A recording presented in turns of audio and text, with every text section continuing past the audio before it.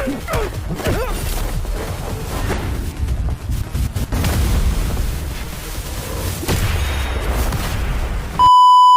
Kocoku dan Alur di sini. Dan ini alur cerita anime Super Cube. Sebelum videonya lanjut, pastikan kalian sudah like, komen, dan subscribe channel ini. Bantu channel ini menuju 1000 subscriber. Kalau sudah, terima kasih.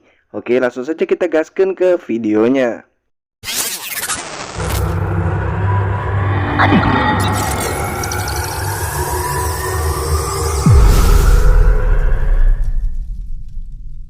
Di awal scene terlihat seorang pria sedang tergesa-gesa menuju ke suatu tempat yang membuatnya menerobos lampu merah pejalan kaki. Namun seketika pria itu menghilang di tengah jalan yang membuat kekacauan bagi pengendara mobil. Sementara itu seorang gadis bernama Senyo menerima telepon dari pria tadi yang tidak dikenalnya, di mana pria itu meminta Senyo pergi dari perpustakaan, yang kemudian tiba-tiba 4 orang pria datang ingin menangkap Senyo. Dengan arahan pria itu, Senyo berlari menuju suatu ruangan hingga kemudian pria tadi menyeret Senyo ikut bersamanya. Pria itu berusaha kabur, namun diketahui oleh 4 orang tadi, hingga terjadi kejar-kejaran antara mereka, yang membuat pria itu lebih memilih melawan. Dengan memberikan jam tangan milik sang pria, Senyo mendapatkan perlindungan untuknya. Kemudian, demi mengusir 4 orang pria berjas, sang pria melawan mereka seorang diri, di mana pertarungan mereka membuat kekacauan di kota, bahkan sampai membuat beberapa bangunan menjadi alat bertarung mereka.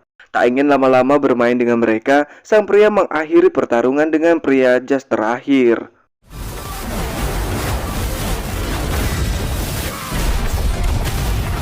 Setelah kemenangan itu, sang pria berharap jika siklus hidupnya kali ini akan memiliki akhir yang berbeda. Setelah itu, waktu pun berputar balik secara cepat di waktu yang berbeda. Seorang anak bernama Wang Xiaoxiu sering terlibat perkelahian, namun dia begitu lemah hingga menjadi bahan ejekan oleh teman-temannya. Namun salah seorang gadis yang juga teman masa kecilnya bernama Senyo sangat baik dan peduli padanya, hingga memberikan perhatian yang membuat Wang Xia tersipu malu. Hari-hari juga mereka terlihat selalu bersama. Lalu di meja milik Senyo terdapat sebuah jam tangan milik pria tadi. Singkat waktu, kini mereka telah tumbuh remaja, yang saat di sebuah tempat karaoke mereka bermain game kejujuran, dimana ketika Senyo kalah, dia diminta menyebutkan seseorang yang dia cintai. Karena sudah sebuah aturan permainan, Senyo harus menjawabnya, dimana Wang Xia juga penasaran siapa yang dicintai oleh Senyo. Walau sudah bersama sejak kecil, Wang Xia tidak mengetahui siapa yang dicintainya. Kemudian dengan malu-malu, Senyo menjawab kalau dia mencintai Wang Xia. Tentu Wang Xia terkejut. Teman-teman yang lain juga tidak menyangka hal itu. Senyo sudah memperhatikan Wang Xia sejak SD. Namun hal itu membuat bencana bagi Wang Xia, di mana seseorang melaporkan kejadian itu kepada pria yang menyukai Senyo bernama Sun Jun. Dengan para preman, Sun Jun membuli Wang Xia karena tak terima jika Senyo menyukainya. Sun Jun juga mengancam Senyo jika dirinya tidak bersama Sun Jun, dia akan melemparkan Wang Xia ke sungai. Juga meminta Wang Xia menjauh dari Senyo. Namun tentu saja dengan sifat yang seperti itu tak pantas untuk Senyo. Wang Xia mencoba melawan mereka, namun hal itu membuatnya terjatuh ke sungai. Hal itu membuat Sun Jun dan para preman ketakutan, di mana dari awal mereka hanya menggertak saja. Wang Xia yang sudah masuk ke dalam sungai melihat sebuah cahaya, di mana ketika dia menghampirinya, terdapat sebuah kubus yang ketika dia mengambilnya, kubus itu masuk ke dalam tubuh Wang Xia yang membuatnya kesakitan dan merasa tubuhnya sangat panas. Setelahnya Wang Xia masuk ke dalam suatu tempat yang hal itu membuatnya kebingungan. Kemudian terdengar suara yang memanggil majikan dan memberitahukan pada Wang Xia kalau Wang Xia bisa menjadikannya sebagai pusat dan menggambar area teleportasi dengan radius 15 meter. Setelah itu, dia bisa mengirim diri sendiri setiap koordinat di dalam area, yang kemudian Wang Xia berteleport ke tempat para preman, yang mana kini mereka sedang mencari dirinya. Lalu teleport lagi. Sekilas, Sun Jun seperti melihat seseorang berada di atas langit, namun para preman tidak melihatnya. Setelah Wang Xia di rumah, Senyo menelpon dan bersyukur kalau Wang Xia masih hidup. Dia sangat mengkhawatirkannya, namun Wang Xia mematikan telepon tak ingin Senyo mengetahui kejadian tadi. Kemudian Wang Xia dibawa lagi ke ruangan dimensi, di mana ruangan itu adalah wujud dari si kubus di dunia fisik yang luas, yang disebut sebagai kubus 3 cm. Kubus itu menganggap Wang Xia sebagai tuannya. Dia sudah membangun koneksi kuat dengan Wang Xia secara fisik, hingga Wang Xia dapat menggunakannya.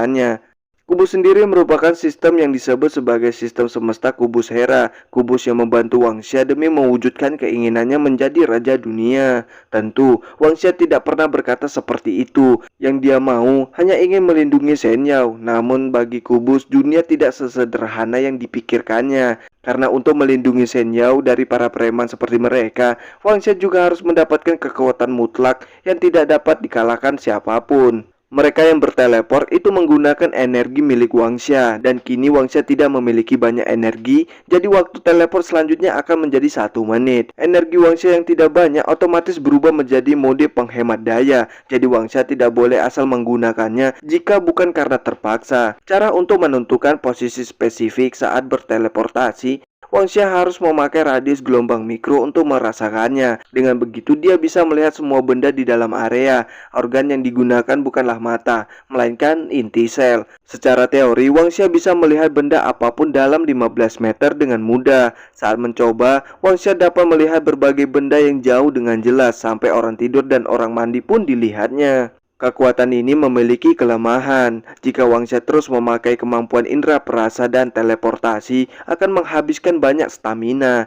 Namun kubus telat memberitahukannya hingga Wangxia pun terpingsan. Saat tersadar, kini Wangxia telah berada di rumahnya. Si kubus juga keluar dari tubuh Wangxia, dimana jika dia terus berada di tubuhnya, itu akan menghabiskan energinya. Jika dia mati, kubus juga bakal menghilang. Sekarang Wangxia memiliki kekuatan super. Sistem mempunyai fungsi peningkatan sendiri untuk memperkuat kekuatan super. Dengan menyerap permata energi, maka kekuatannya akan terus meningkat.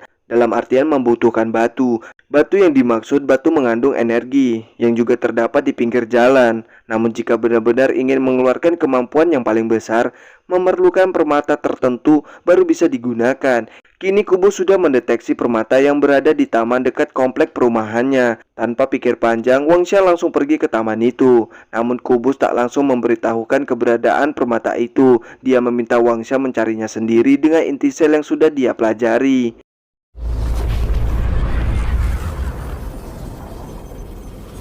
找到了，只是看起来就是块普通的石头啊。 Setelahnya mereka kembali ke dalam ruangan dan meletakkan permata itu ke dalam mulut ruang. Karena permata itu berkualitas rendah, maka hanya menambah 2 kekuatan dan 1 daya tahan. Walaupun begitu, Wangxia merasa kalau kekuatannya mengalir begitu deras. Keesokan harinya saat berada di kelas, Shen Yao sangat senang melihat Wangxia baik-baik saja. Namun tiba-tiba Sun Jun datang bersama pasukannya mencari Wangxia. Melihat Sun Jun, Shen Yao langsung mengusirnya. Namun Sun Jun tidak memperdulikannya, yang hanya meminta Wangxia datang ke gedung basket jam 5 sore. Merasa sudah mempunyai kekuatan, Wangxia memenuhi permintaan itu dengan datang sendirian ke gedung basket. Terlihatlah siapa yang sebenarnya pengecut, di mana Sun Jun membawa 13 pasukannya untuk menghajar Wangxia.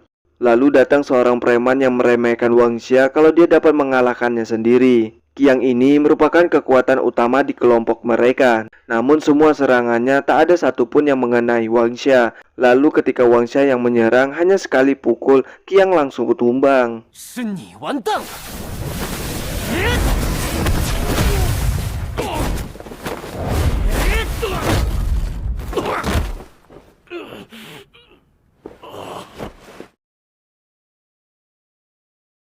Kekalahan Qiang membuat mereka terkejut. Karena itu Sun Jun meminta para preman untuk maju semua, yang dimana kubus memberitahukan kalau Wangxia hanya memiliki 30% peluang kemenangan. Walaupun peluang menangnya sedikit, tapi dia harus tetap melawan demi membuktikan kalau dia tidak seperti dulu. Wangxia terus terkena serangan, namun dia terus berusaha hingga akhirnya menyisakan Sun Jun seorang.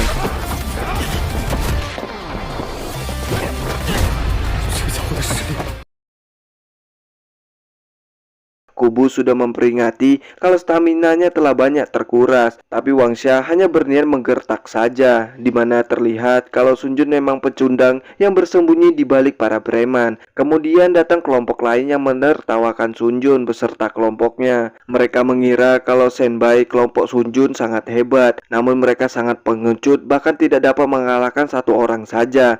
Pria itu bernama Huo Huan, ketua dari kelompok Chengmen. Sebagai bos dari Sengbei, Sun Jun sangatlah cupu. Mengenai posisi bos di kota A kini menjadi milik Huo Huan. Walaupun begitu, itu tidak ada urusannya sama Wangxia. karena yang hanya dia mau kalau mereka tidak mengusik dirinya dan Shen Yao. Perkataan itu membuat emosi bagi Huo Huan yang langsung menyerbu Wang Xia. Kubus berkata kalau Wang Xia tak memiliki cukup energi untuk melawan mereka yang disarankan untuk mundur. Kemudian Wang Xia pun kabur dengan meminta Kubus untuk berteleportasi ke sebuah saklar lampu. Yang setelah mematikan saklar itu lampu pun padam, yang kemudian Wang Xia kembali kepada mereka dengan memanfaatkan keadaan. Wang Xia menyerang Huo Huan dan kelompoknya.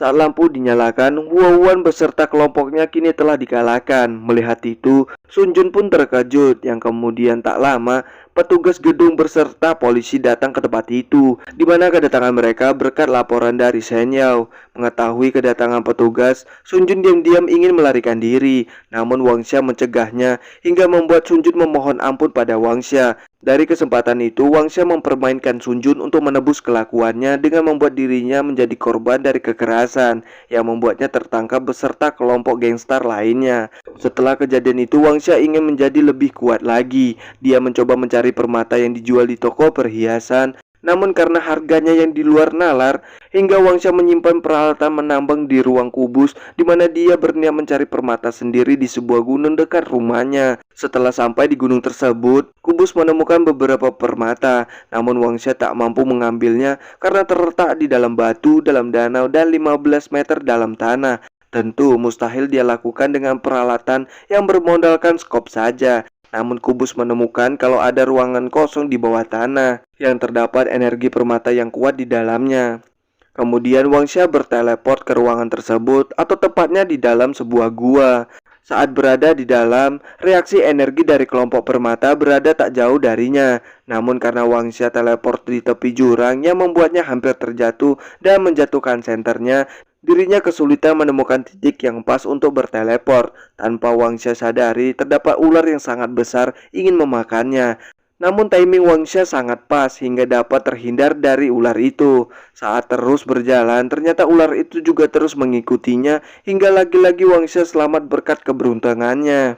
Dan Wang Xia kini berada pada batu permata, tapi pijakan yang ada terlalu kecil, ditambah keberadaannya terlalu tinggi di atas air yang membuatnya harus mengikat dirinya agar selamat jika dia terjatuh nanti. Kubu juga mendeteksi kalau di depannya ada 12 benda berenergi. Hal itu membuat Wang Xia sangat senang.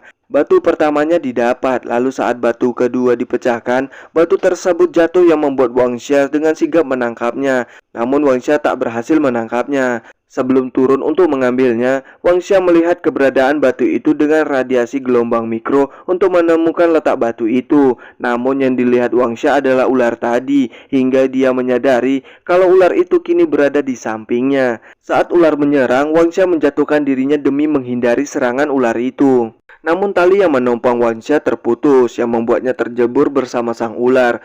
Mengetahui keberadaan sang ular, Wang Xia mencoba melawannya. Namun kekuatan Wang Xia tak sekuat saat berada di daratan. Ditambah Wang Xia harus menahan nafas yang membuatnya sangat kesulitan.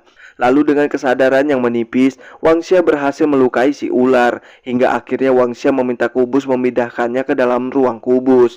Di ruangan itu Wang Xia meminta Kubus untuk melebur semua permata yang telah ia kumpulkan. Permata yang telah terkumpul adalah 11. Kubus menyarankannya untuk menggabungkan permatanya saja, karena penggabungan memiliki 3 tingkatan. Pertama tingkat dasar, tingkat menengah, dan tingkat tinggi, di mana setiap 3 permata bisa digunakan menjadi permata tingkat tinggi. Jika permata tingkat tinggi dibandingkan dengan permata tingkat dasar, ada perubahan, di mana permata tingkat dasar hanya menambah atribut dasar yang efeknya monoton. Lalu jika permata tingkat tinggi bisa membuat atribut menjadi beraneka ragam, bahkan mungkin bisa mengeluarkan atribut khusus. Saat akan melakukan penggabungan tingkat tinggi, memerlukan waktu sekitar 100 jam, yang tentu saja itu sangat lama bagi Wang Xia. Dengan 9 permata yang digabungkan, 2 yang tersisa akan Wang Xia gunakan untuk melawan ular itu. Dengan 2 permata itu, kecepatan Wang Xia bertambah 2 dan semangatnya bertambah 4. Kemudian Wang Xia kembali kepada si ular dan bersiap bertarung, di mana kini Wang Xia lebih kuat dari sebelumnya hingga dapat mengalahkan ular tersebut.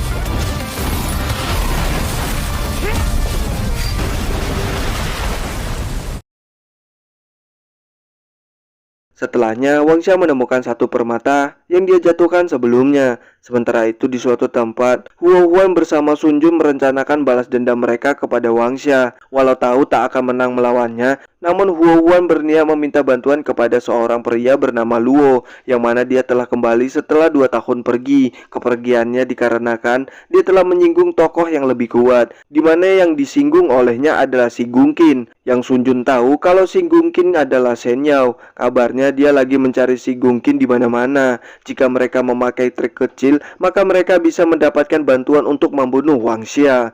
Sementara itu kini Wang Xia bersama Shen Yao tengah berkencan, di mana terlihat mereka sangat bahagia bersama.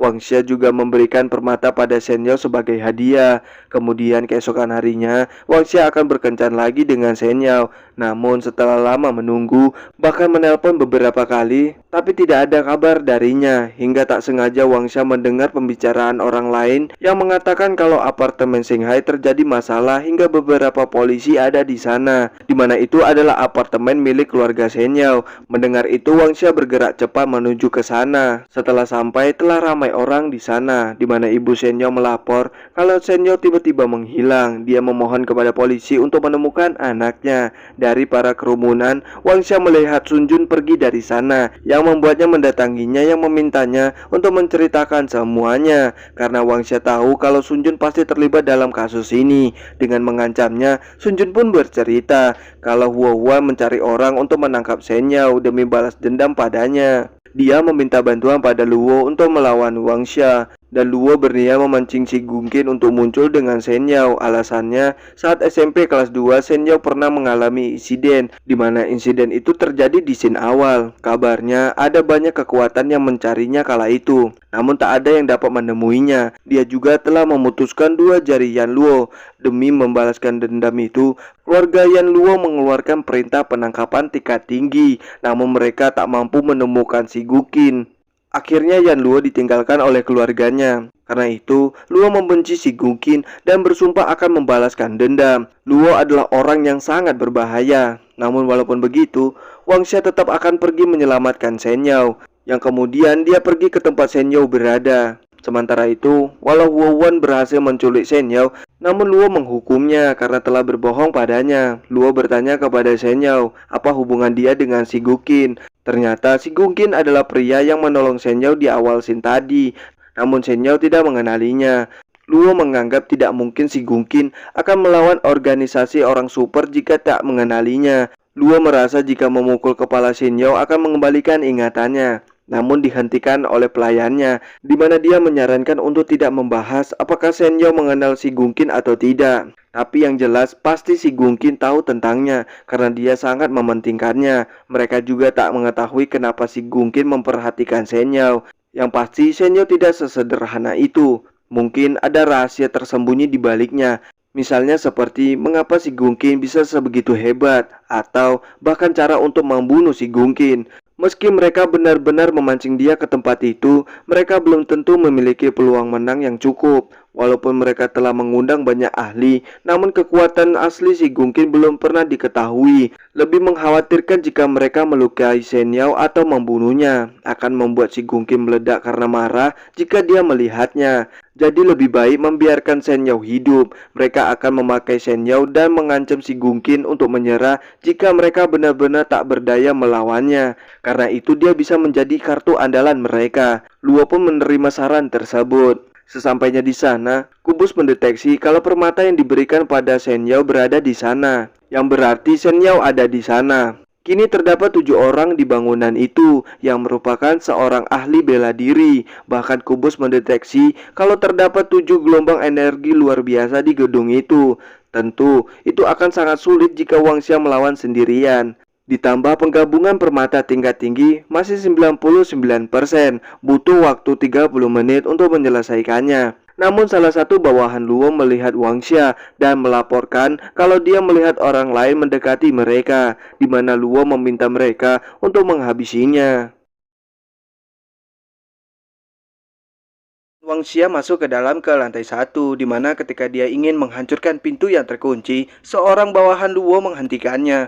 Pria itu bernama Pablo. Pria bernama Pablo ini meminta Wangxia untuk pulang saja, karena jika tidak, dia akan menghajarnya. Kubus mendeteksi kalau Pablo memiliki daya tarung target sebesar 52, sedangkan daya tarung Wangxia hanyalah 50. Selisih 2 tak menghentikan tekad Wangxia. Dia meminta kunci pintu padanya, yang tentu saja tidak akan diberikan, karena sejak awal dia tidak akan membiarkan siapapun melewati pintu tersebut. Dia juga diperintah untuk membunuh siapapun yang ingin melewati pintu itu. Namun Wangxia tidak peduli, bahkan menantang Pablo. Kejadian ini Luo pertontonkan kepada Shen Yao. Melihat itu membuat Shen Yao khawatir, apalagi tubuh Pablo yang sangat besar, membuatnya semakin gelisah. Sementara itu kini mereka mulai bertarung.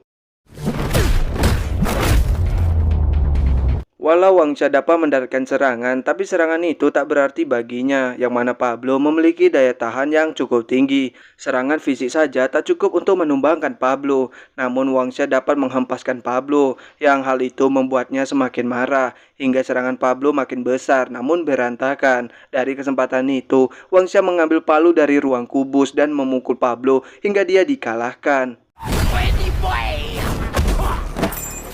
Setelah mengambil kunci itu, Wangxia langsung bergerak menuju lantai selanjutnya. Tapi penghalang tak sampai di Pablo saja. Dia diserang secara tiba-tiba yang membuatnya hampir terjatuh dari tangga yang tinggi. Namun pria itu tidak membunuh Wangxia walaupun itu kesempatan bagus. Dia malah menunggu Wangxia di atas. Kubus mengatakan jika pria itu memiliki daya tarung sebesar 75 yang lebih kuat dari Pablo. Ketika di atas, terdapat ruangan yang begitu gelap. Pria itu juga memiliki kecepatan luar biasa. Gaya bertarung pria itu bergerak di kegelapan dengan senjata kunainya. Bahkan dia juga memiliki kekuatan super yang dapat mengendalikannya. Walaupun begitu, Wangxia masih dapat menangkis serangannya dan mendaratkan serangan padanya. Mengetahui dirinya diserang membuatnya kebingungan, karena tak mungkin dirinya akan kalah, di mana sejak kecil dirinya dilatih di ruangan sangat gelap yang dipenuhi hewan buas dan berbisa, hingga membuatnya menemukan bakat tersembunyi dan dapat melacak posisi melalui suara. Walaupun begitu, Wangxia masih dapat mengetahui keberadaannya, hingga Richard meningkatkan kecepatannya untuk mencari titik buta Wangxia. Namun hal ini justru membuatnya kalah dalam permainannya sendiri. Kemudian di lantai selanjutnya, Wangxia berhadapan dengan pria tua berotot bernama Beowulf. Para penjaga tak menyangka kalau Wangxia dapat mengalahkan dua penjaga yang memiliki kekuatan super. Namun mereka juga memperkirakan kalau Wangxia akan dikalahkan oleh Beowulf dalam waktu 10 detik. Tapi jika Wangxia masih bertahan dalam waktu itu, menandakan Wangxia memiliki kekuatan super juga. Sementara itu, kini Wangxia dalam posisi berbahaya yang dapat mengancam nyawanya. Dia dicekik oleh Pak Tua dengan sangat kuat.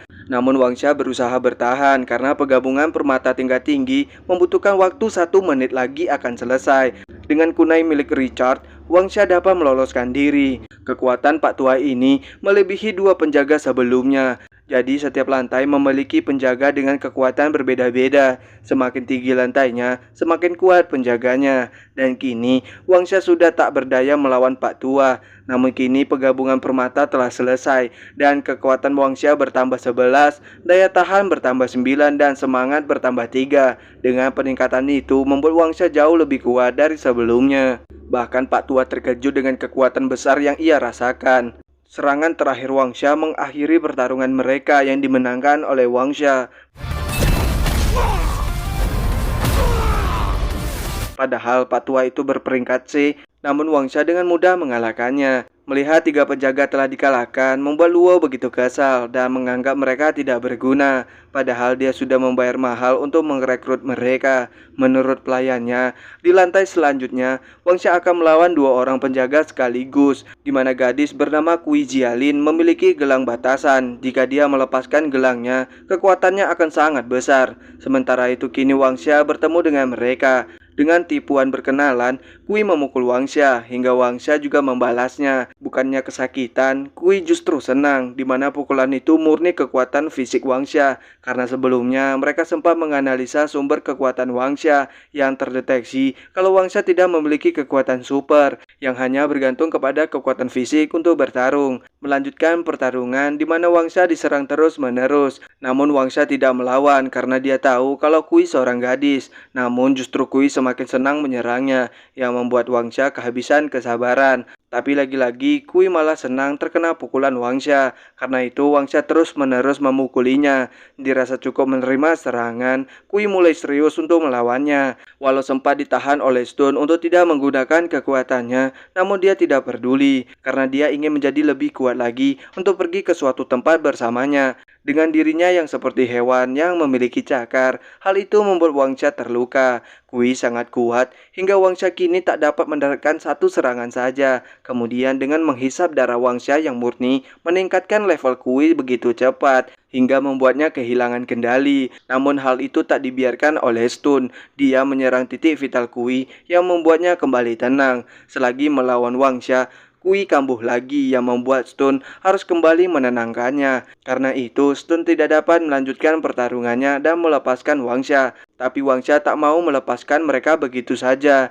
Dia tetap ingin bertarung karena jika dia melepaskannya, takutnya mereka akan menyerangnya di lantai berikutnya. Wangsa menyarankan agar Stone mengaku kalah saja, namun dia tidak akan pernah mengaku kalah. Tapi dia bisa bersumpah darah untuk tidak menjadi musuhnya. Koin itu adalah koin tanda aliansi bela diri, koin jutawan, di mana sumpah darah merupakan janji tertinggi bagi seorang kultivator. Stone yang seorang jutawan dari aliansi bela diri bersumpah darah untuk berdamai dengan Wangsa. Dan jika melanggarnya, dia akan hancur dan mati. Diam-diam, Wangsa memvideokan sumpah itu. Kemudian, Wangsa pergi ke lantai selanjutnya. Setelah Wangsa pergi, Stone berbicara kepada rekannya Misha kalau pelatihan mereka hari ini dihentikan paksa karena Kui mengalami sebuah insiden. Lalu tiba-tiba Stone mendengar kalau terjadi sesuatu pada Misha dan alat komunikasi Misha diambil oleh seseorang yang membuat Stone bertanya siapa dia. Namun orang itu hanya diam, di mana ternyata orang itu adalah si Gukin. Sementara itu, Luo yang mengetahui semua pembunuh bayarannya telah dikalahkan. Hal itu membuat Luo ketakutan dan kebingungan. Kini, mereka merubah rencana untuk pergi dari sana. Namun Luo menolak pergi. Dia tetap akan melaksanakan rencana ini dengan menaikkan bayaran kepada penjaga yang tersisa, yaitu Cus Mushan. Namun dia tidak tertarik lagi untuk membantunya karena dia tidak tertarik dengan uang, namun justru tertarik dengan Wangsa. Dan dia ingin segera menemuinya. Cus Mushan ini orang paling muda dan sombong di antara 6 pembunuh kejam. Tak lama mereka pun bertemu. Lalu Kubus menyampaikan kalau kekuatan Mushan hanyalah 7. Mengetahui itu Wangsa pun terkejut. Namun di dalam boneka miliknya terdapat batu permata tingkat menengah. Walaupun kelihatan lemah, tapi kekuatan Mushan sangatlah kuat yang dapat menghempaskan Wangsa. Mushan ini tipikal bertarung bergantung kepada teknik, seperti seni sihir, seni menghilang, seni pengendalian, dan seni murni. Dengan teknik itu, dia juga dapat memperkuat kekuatan dan fisiknya, di mana pertarungan mereka begitu epik, hingga Wangsa yang memiliki kekuatan murni kewalahan melawan Mushan. Selain bertarung dengan teknik bela diri, Mushan dapat bertarung menggunakan sebuah boneka yang dapat menyerang Wangsa bertubi-tubi. Namun Wangsa dapat menghentikan serangan boneka itu. Kemudian disambung dengan Mushan menyerang yang membuat Wangsa bercucuran darah. Dari kesempatan itu Wangsa menarik rambut Mushan. Hal itu membuat Mushan kesakitan luar biasa, di mana sepertinya kelemahan Mushan ada di kepalanya. Kemudian Wangsa memukul Mushan begitu kuat yang membuatnya terhempas jauh. Namun Mushan belum kalah. Dia menggunakan teknik kuil kebijakan iblis jahat, di mana teknik itu mengubah fisiknya dan memperkuat dirinya. Bahkan dia mengaku jika orang lain telah melihat wujud itu, dipastikan orang itu akan mati. Sepertinya perkataan itu bukanlah hanya omong kosong, karena kecepatan dan kekuatannya sangat luar biasa, yang membuat Wangsa sangat kesulitan melawannya. Bahkan Mushan memasang jimat pada Wangsa, di mana saat dia mengaktifkan jimat itu, membuat tangan Wangsa menjadi sangat berat. Kemudian Mushan meluncurkan satu jimat kepada Wangsa, hingga terjadi ledakan besar. Tapi Wangsa selamat dari serangan itu berkat skop yang disimpan di ruang kubus, di mana dia menyerang lagi dengan kekuatan penuh. Namun Wangsa juga begitu. Dia menggunakan kartu andalannya hingga dapat mengangkat tangannya yang berat. Kemudian keduanya sama-sama menyerang. namun Wangsha lebih unggul. Dengan tali pengendalian boneka milik Mushan, Wangsha menyerang secara bertubi-tubi.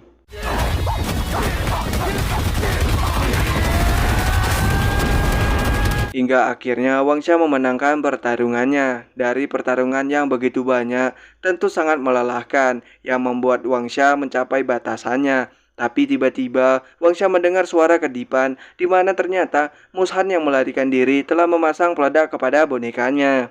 Namun setelah diaktifkan tidak terjadi apa-apa, malah Wangsha datang menyusul Mushan, di mana pertarungan part 2 terjadi. Dengan jimat miliknya, kini posisi Mushan diuntungkan karena dapat membuat reruntuhan melayang dan menaruh jimat peledak di reruntuhan hingga dapat meledakkan Wangsha. Namun, justru membuat Wangsha terbakar api semangat yang membuatnya dapat menyerang Mushan dan membuat ledakan besar saat mereka terjatuh.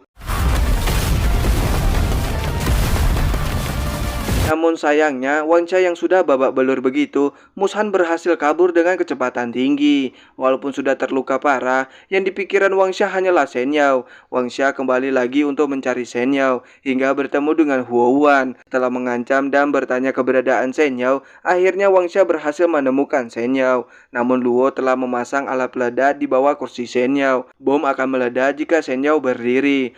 Luo juga mengunci mereka di ruangan itu. Bahkan di sana terdapat suatu jimat pemberian Mushan yang membuat Wangsha tidak dapat menggunakan teleportasi. Bertanya kepada Kubo cara mematikan bom tersebut, di mana Wangsha diminta untuk memotong kabel itu secara berurutan dari warna kuning, biru, hijau, dan merah. Setelah melakukannya, Wangsha memasukkan bom itu ke dalam ruang kubus. Kini mereka terselamatkan. Namun ketika bom tersebut meledak, seketika Wangsha tumbang tidak bisa bergerak. Melihat rencananya gagal, Luo menembak Wangsha, namun dihalang oleh Shen Yao yang membuatnya terkena tembakan. Melihat itu, Luo dan pelayannya kabur dari sana. Sementara itu Wangsha terkena efek dari ledakan itu yang membuatnya tak dapat bergerak sementara waktu. Setelah dapat bergerak, Wangsha meminta Shen Yao untuk bertahan, di mana dia akan membawanya ke rumah sakit. Kemudian tiba-tiba siapa sangka si Gugin datang dengan mengambil Shen Yao dari Wangsha. Melihat itu Wangsha berusaha mencoba mengambil Shen Yao lagi karena dia telah berjanji akan melindunginya. Namun si Gugin tidak percaya karena melindungi dirinya sendiri saja tidak bisa. Kemudian dia pergi membawa Shen Yao.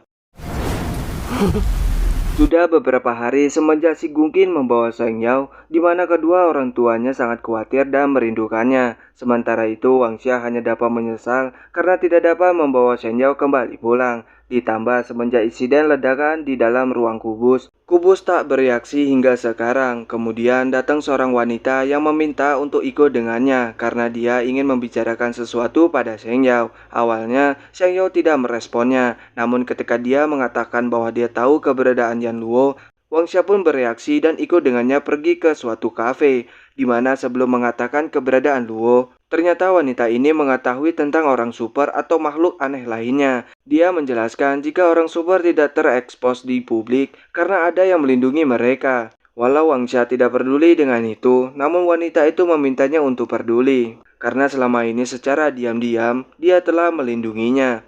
Namun Wangsha merasa konyol karena selama ini dia bergerak sendiri dan tidak mendapatkan perlindungan dari siapapun. Wanita bernama Mu Yuqian merupakan ketua unit khusus Biro Pengelolaan Orang Super. Tujuannya menemui Wangsha karena Yuqian ingin Wangsha membantunya menyelesaikan 3 kali tugas. Jika dia membantu mereka, Yuqian akan memberitahukan keberadaan Luo. Tapi Wangsha juga ingin tukar satu kali tugas. Selain Luo, Wangsha juga ingin mengetahui informasi tentang si Gugin.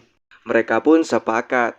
Tugas yang akan Wangsha jalani, dia akan dikontrak menjadi seorang pengawal yang berlokasi di planet H. Selain itu, ada bayaran 50.000 koin planet, di mana tugas ini bukan sesuatu yang bisa Wangsha terima sesuka hati. Mereka akan berbincang lagi ketika Wangsha telah lulus dari ujian itu. Walau beresiko, hanya ini pilihan yang dia punya untuk sekarang. Karena untuk membawa Shen Yao kembali pulang selain kekuatan, dia juga butuh informasi. Jika Yuqian berbohong kepadanya, setidaknya dia memiliki identitasnya. Jadi Wangsha bisa memanfaatkannya untuk menyusup ke dalam agen intelijen yang bisa membuatnya mendapatkan lebih banyak informasi yang dia inginkan.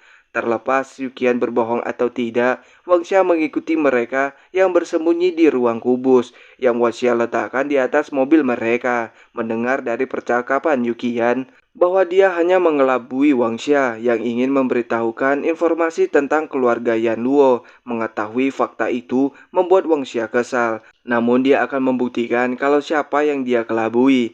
Wangxia berniat memanfaatkan mereka untuk menggali sebuah informasi yang paling dia butuhkan. Keesokan harinya setelah tiba di tempat ujian, sudah terdapat banyak orang yang mungkin mengikuti ujian juga. Kemudian Su sebagai pengurus yang menangani perekrutan pegawai pribadi Piao akan melakukan penilaian terhadap para peserta ujian. Tentu untuk menjadi seorang pengawal, mereka harus dapat mengidentifikasi, bereaksi, setia, dan memiliki kemampuan bertarung. Di mana ujian pertama mereka adalah identifikasi, di mana di dalam ruangan sudah terdapat meja permainan, yang setiap peserta diberi 5 keping chip gratis di awal. Mereka diperbolehkan bermain sepuas mereka, namun mereka dilarang untuk menggunakan kekerasan demi merebut chip orang lain. Jika mereka berhasil mengumpulkan 10 keping chip, maka mereka akan lulus ujian ini. Namun kuota yang bisa masuk ke babak selanjutnya adalah 30 orang.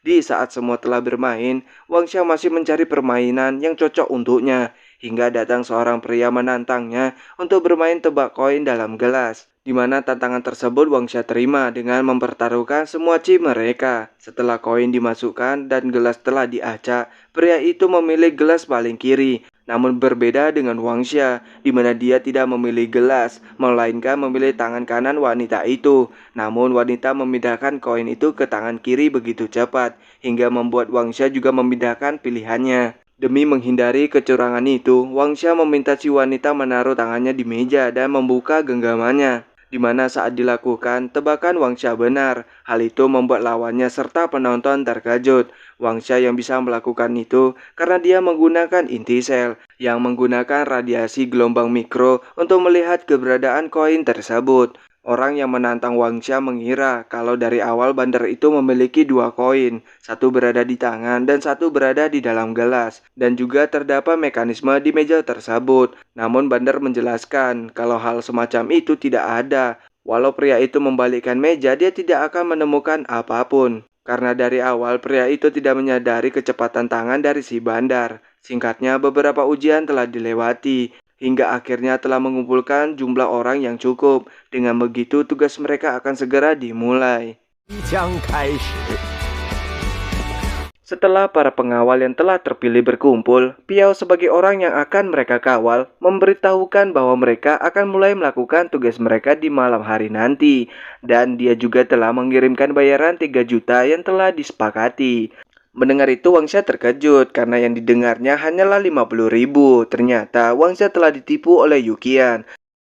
Tak lama kemudian mereka mulai melakukan perjalanan, di mana di perjalanan dijelaskan kalau para pengawal akan mengawal Piao ke perjamuan Ludela di planet A yang melibatkan 7 kegiatan, dan salah satunya adalah sesi lelang, di mana dalam lelang tersebut Piao mengincar sebuah topeng kuno. Dia sangat ingin mendapatkan topeng tersebut. Jadi tugas mereka untuk membantunya mencapai tujuan tersebut. Selain itu juga terdapat salah satu barang lelang utama, yaitu batu obsidian. Mengingat kejadian ledakan di ruang kubus, kubus mengatakan warna hitam sebelum menghilang, yang mungkin batu itu yang dimaksud kubus. Walau telah tertipu oleh Yukian, tapi ada banyak barang yang Wangxia inginkan di perjamuan itu. Sesampainya di tempat tujuan, sudah banyak para petinggi yang berkumpul di sana. Sebagai pembukaan yang meriah, mereka mengadakan sebuah permainan, di mana permainan itu melibatkan pertarungan yang dapat membuat nyawa seseorang melayang karena mereka mengeluarkan seekor buaya yang sangat besar. Peraturan permainan ini, peserta diminta untuk merebut lonceng yang ada pada buaya itu. Dengan senjata yang disediakan akan menjadi perbekalan mereka untuk melawan buaya tersebut. Sebelum mendapatkan lonceng itu, peserta tidak boleh meninggalkan kandang binatang. Dari permainan yang mempertaruhkan nyawa ini, tentu ada imbalan hadiah yang setimpal, di mana pemenang akan mendapatkan puluhan emas batangan. Sebagai contoh, peserta pertama mencoba memulai, namun sayangnya peserta pertama harus tewas. Melihat pertarungan itu, Wangxia menyadari ada yang aneh dengan buaya itu, karena pergerakan buaya itu sangat cepat jika dilihat dari tubuhnya yang besar. Ternyata buaya bernama Nicholas ini bukan buaya biasa. Buaya itu diciptakan dari perusahaan bioteknologi mereka, di mana kekuatannya 1/5 kali lipat dari buaya biasa. Seperti yang ada di peraturan, setiap ada yang gugur, hadiah akan meningkat sebesar 30%. Penantang berikutnya adalah pengawal dari Yansen. Dia yakin bisa mendapatkan lonceng itu. Dengan beberapa tombak sebagai perbekalannya, Hor dengan kecepatannya mampu menancapkan tombaknya pada buaya tersebut. Dengan main loncat-loncatan dia menyerang, namun naas dengan ekornya yang besar dan kuat, Hor terkena kibasannya yang membuatnya hancur berantakan. Bukannya terkejut, Wangxia malah menganggap mereka orang-orang bodoh yang tamak dan haus kekayaan. Karena tidak mendapatkan lonceng itu, hadiah dinaikkan 30% lagi. Piao juga menambahkan 1 kali lipat hadiah untuk mereka secara pribadi jika dapat membunuh buaya tersebut. Tentu dengan mendapatkan semua hadiah itu akan membuat mereka menjadi kaya dalam semalam. Kemudian penantang dari petinggisan mengajukan dirinya. Namun terdapat penantang lain bernama Bajin yang ingin maju juga. Bajin ini adalah orang yang mewakili Piao.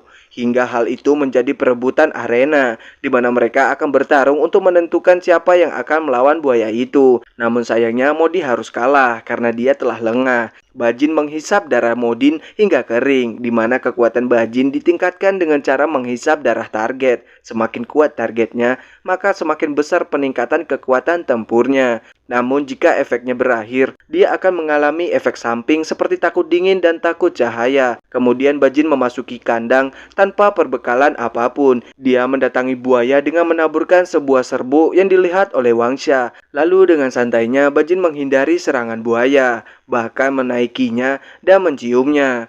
Hingga tiba-tiba kepala buaya itu terputus. Kini Bajin menjadi pemenang dan mendapatkan hadiahnya. Ternyata ini hanyalah permainan awal, karena permainan baru saja akan dimulai. Mereka mengeluarkan hewan buas yang merupakan karya agung dari perusahaan bioteknologi mereka, yang mana mereka menggabungkan ketangkasan singa dan kekuatan beruang, hingga menciptakan makhluk yang mengerikan bernama Tau 17. Melihat mengerikannya makhluk itu membuat beberapa tamu ketakutan. Di situasi ini, Wangxia merasa kalau ada orang yang berniat membuat masalah di sana. Bahkan penyelenggara dan panitia pun tidak menyadarinya, di mana ada pengkhianat di tim Wangxia. Sementara itu, untuk hadiah peluncuran Tau 17, 2 kali lipat dari Nicholas, tuan muda keluarga Yan dari Yuzhou telah mengirimkan penantang pertama. Hingga saat dia menyerang, dengan cepat Tau menghindar. Bukannya menyerang si penantang, Tau malah menyerang pelindung yang membuat kepanikan bagi para tamu. Merasa telah diabaikan, dia menyerang lagi. Namun naas, hal itu dihindari dan dirinya harus tewas di sana. Dengan pedang si penantang, Tau kembali menyerang kaca pelindung. Hingga Du harus memanggil pengurus ketertiban Ludela. Ternyata pelaku dari insiden ini adalah Bajin. Serbuk yang dia taburkan sebelumnya adalah untuk menciptakan insiden ini. Lalu dengan cepat para pengurus menghentikan Tau yang mengamuk dengan cepat. Dari 10 pengawal Piao, Wangxia menyadari bahwa ada satu yang menghilang, di mana ternyata pengawal Piao yang menghilang sedang berusaha menyusup ke dalam ruang harta yang sudah direncanakan oleh Piao sebelumnya. Dari menghindari penjaga dan CCTV, wanita itu sampai di ruang harta. Namun pengurus Ludela menghadangnya, berusaha menyerang, tapi penjaga itu cukup kuat. Walau ada penjaga lain yang menyerang, wanita itu dapat menghajar mereka. Karena fokus menghajar penjaga lain, wanita itu lengah dengan penjaga satunya. Namun penjaga itu dapat dihentikan dan dikalahkan oleh Wangxia tepat waktu. Wanita itu bertanya kenapa Wangxia ada di sana. Tentu Wangxia datang untuk melindunginya. Ternyata Wangxia telah menyadari bahwa majikan yang sebenarnya adalah wanita itu. Dia juga tahu tujuan wanita itu adalah untuk menyusup ke kediaman Du untuk melakukan hal yang rahasia. Wangxia yang bisa tahu kalau wanita itu adalah majikan aslinya karena posisi dia berdiri ada di belakang. Mana mungkin jika Piao adalah bosnya berdiri di posisi depan. Mengesampingkan hal itu, mereka harus bergegas karena ruang telah terisolasi dan dalam 2 menit para pengurus ketertiban akan datang. Karena tahu hartanya telah dipindahkan, Wangsha akan memberitahukan di mana letak harta itu. Tapi sebagai gantinya, Musha yang pandai melarikan diri harus memberitahukan cara melarikan diri. Bahkan sebelum sepakat, para pengurus telah datang menyerang, berusaha membutakan pandangan mereka, tapi Wangsha mengembalikan flashbang itu dan berlari menjauh dari mereka. Tapi sayangnya mereka terkepung dan berhasil ditumbangkan oleh mereka. Tak mau kalah, ternyata Wangsha menggenggam sebuah granat yang membuat mereka harus berlindung. Namun ternyata tidak terjadi apa-apa, karena itu hanyalah sebuah mainan yang membuat Wangsha dan Musha berhasil kabur dari mereka. Di suatu tempat, Musha menyadari kalau hanya seorang, Wangsha seharusnya bisa melarikan diri. Tapi Wangsha tidak akan melakukannya karena dia membutuhkan petunjuk tentang keluarga Yan dan tentang si Gungkin. Sebuah petunjuk apapun yang dapat membantunya menemukan Shen Yao. Tak lama menyadari para pengurus datang, mereka melakukan sebuah rencana, di mana 3 orang pengurus hanya melihat Wangsha saja, hingga satu dari mereka mencari Musha. Namun ternyata Musha berada di atas lalu menyerang.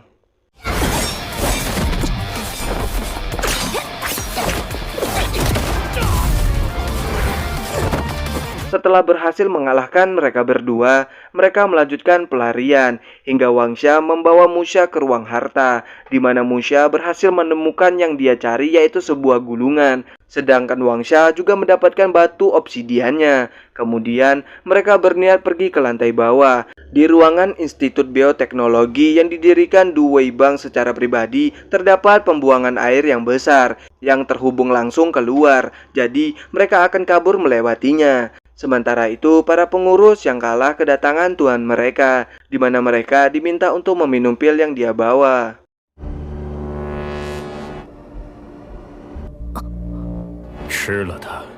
Kemudian mereka turun ke lantai B2, yang mana kedatangan mereka telah ditunggu oleh pasukan unit bawah tanah. Namun dihadang seperti itu tidak akan menghentikan mereka.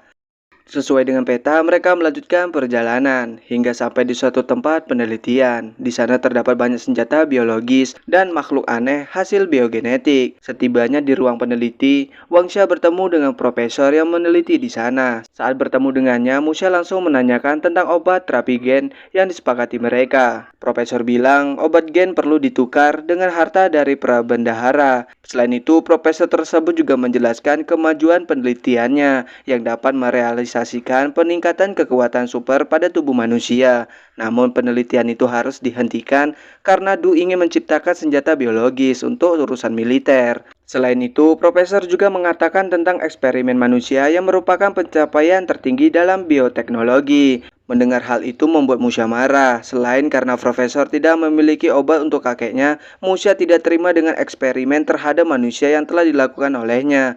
Karena itu dia sangat marah dan langsung menyerang profesor dan asistennya. Beberapa saat kemudian, Wangsha berpindah ke dimensi lain. Berhubung penyerapan batu obsidian selesai, sistem sedang diatur ulang. Teleportasi ditingkatkan menjadi 2 kali per menit, serta jaraknya mencapai 30 meter. Sementara itu, para penjaga sedang berhadapan dengan monster kalilawar. Selain monster kalilawar, mereka juga berhadapan dengan monster lain yang kekuatannya jauh lebih kuat. Tak berselang lama, Musha berhadapan lagi dengan para pengurus. Musha memang cukup kuat, tapi melawan 2 manusia mutan sekaligus membuat dia kewalahan. Beruntung Wangsha datang tepat waktu, namun Musha hampir memprotesnya karena dirinya hampir dipukul mati. Tak berselang lama, Wangsha menyadari bahwa kumpulan monster jumlah besar sudah mendekat. Wangsha pun memanfaatkan kesempatan ini untuk kabur dan membiarkan musuhnya menghadapi monster tersebut. Wangsha dan Musha berteleportasi ke saluran pembuangan. Mereka berniat melarikan diri dengan menelusuri saluran tersebut. Namun saat hendak melakukannya, tiba-tiba muncul seorang musuh yang keberadaannya sulit dideteksi. Oke teman-teman, untuk anime Super Cube sampai di sini terlebih dahulu. Terima kasih buat teman-teman semuanya yang sudah menonton dari awal sampai akhir video. Saya ucapkan beribu-ribu terima kasih. Oke, sekian dari saya dan Alur, pamit undur diri. Bye bye.